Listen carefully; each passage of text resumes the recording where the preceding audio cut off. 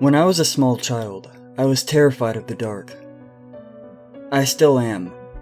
But back when I was around 6 years old, I couldn't go a full night without crying out for one of my parents to search beneath my bed, or in my closet for whatever monster I thought was waiting to eat me.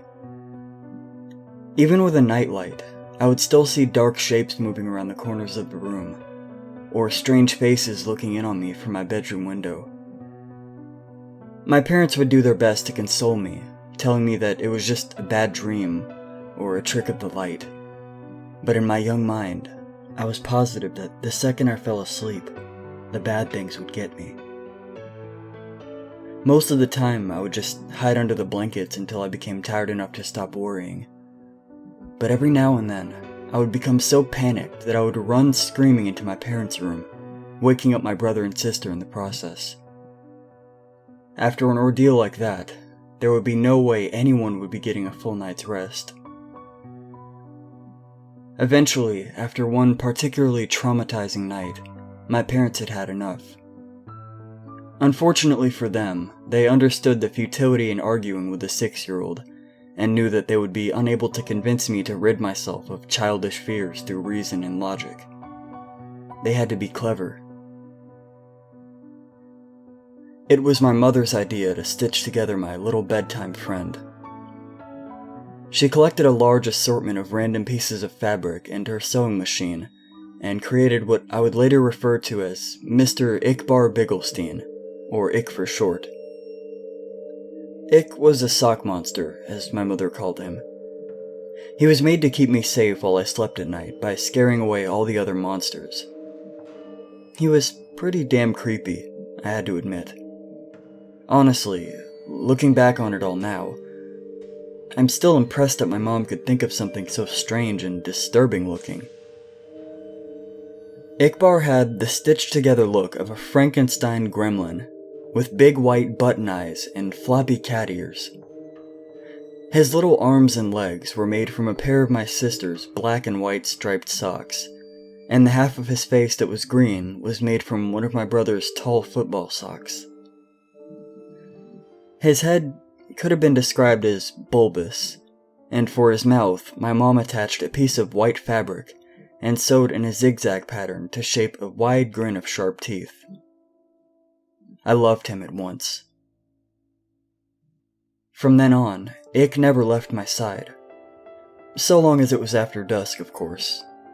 Ick didn't like the sun, and would get upset if I tried to bring him to school with me. But that was okay. I only needed him at night to keep away the boogeymen, which was what he was good at.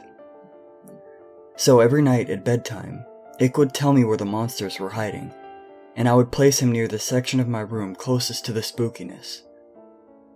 If there was something in the closet, Ick would block the door. If there was a dark creature scratching at my window, Ick would be pressed against the glass. If there was a big, hairy beast under my bed, then under the bed he went. Sometimes the monsters weren't even in my room. Sometimes they would hide in my dreams, and Ickbarr would have to come with me into my nightmares. It was fun bringing Ick into my dream world, as he and I would spend hours fighting off ghouls and demons. The best part was, in my dreams, Ick could talk to me for real. "How much do you love me?" he would ask. "More than anything," I would always tell him. One night in a dream, after I had lost my first tooth, Ick asked me for a favor.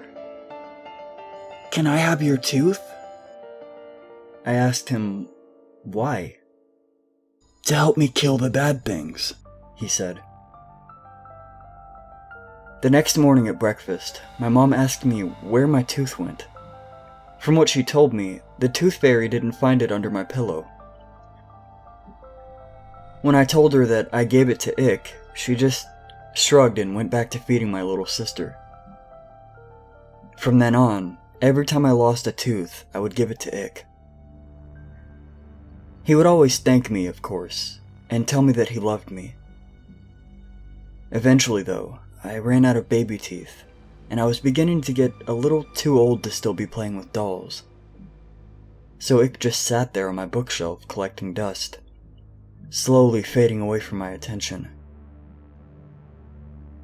Over time, the nightmares, however, became worse than ever. So bad that they even began following me to the waking world, terrorizing every dark corner or rustle in the bushes.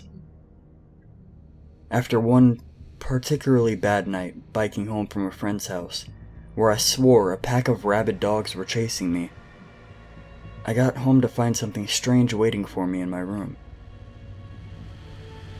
There, on my bed, standing fully upright in the soft glow of the moonlight from my window, was Ick. At first I thought my eyes were just playing tricks on me again. They had been all evening. So I tried to flick on the lights. Another flick of the light switch. Then another, and another, with no change to the darkness. It was then that I started to get nervous. I backed away slowly towards the door behind me, my eyes never leaving the shape of Ick's silhouette, my hand awkwardly outstretched behind, reaching for the doorknob. I was just about to get my ass out of there when I heard the door slam itself shut, locking me into blackness. In nothing but shadows and silence, I stood frozen in place, not even breathing. For how long, I can't say, but after what felt like a lifetime of cold fear, I heard the shrill, familiar voice. "You stopped feeding me, so why should I protect you?" Protect me from what? "Let me show you." I blinked once, and everything changed. I wasn't in my bedroom anymore. I was somewhere else. It wasn't hell, but the comparison wasn't far off. It was some sort of forest, a horrible, nightmarish place, where partial embryonic abortions hung from the canopy, and the ground swarmed with carnivorous insects. A thick fog wafted through the air, and with it the stench of rotting meat, while chartreuse lightning flashed across the night sky. In the distance, I could hear the agonizing screams of something not quite human. My head throbbed like it was about to explode, the pain forcing out a river of tears. In my mind, I heard his voice again. "This is what your reality would become without me." I felt earth-shaking footsteps approaching fast.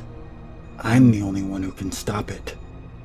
It was behind me now, huge and angry, hot breath across my back. "Bring me what I need, and I will." I woke up before I could turn around. The following day, I raided my parents' closet for my brother's baby teeth, giving them all to Ickbarr. Almost immediately, the night terrors ceased, and I was more or less able to go on about my life as normal. From time to time, I would have to sneak into my little sister's room and snatch what was meant for the tooth fairy, or strangle one of the neighborhood cats and pry out its sharp little incisors. Anything to ward off those visions, anything from a shark tooth necklace to a cavity-ridden bicuspid. I also began to notice that Ick would move about my room whenever I left for any length of time, rearranging my stuff and hanging additional curtains. He was even beginning to look more lifelike somehow. In the right light, his teeth would glisten, and he was warm to the touch. As much as he creeped me out, I couldn't work up the courage to just destroy him, knowing perfectly well where that would leave me. So I went on collecting teeth for Ick throughout all of high school and college. The older I got, the more things I would learn to fear, and the more teeth Ick would need to keep me safe. I'm 22 years old now, with a decent job, my own apartment, and a set of dentures. It's been almost a month since Ick's last meal, and the horrors are starting to crowd me once more. I took a detour through a parking garage after work tonight. Found a man fumbling with his car keys. His teeth were stained yellow from a lifetime of cigarettes and coffee. Even still, I had to use a hammer to get out the molars. When I got back to my apartment, he was waiting for me. On the ceiling, in the corner, 2 white eyes and a mouthful of razors. "How much do you love me?" he asks. "More than anything," I reply, taking off my coat. "More than anything in the world."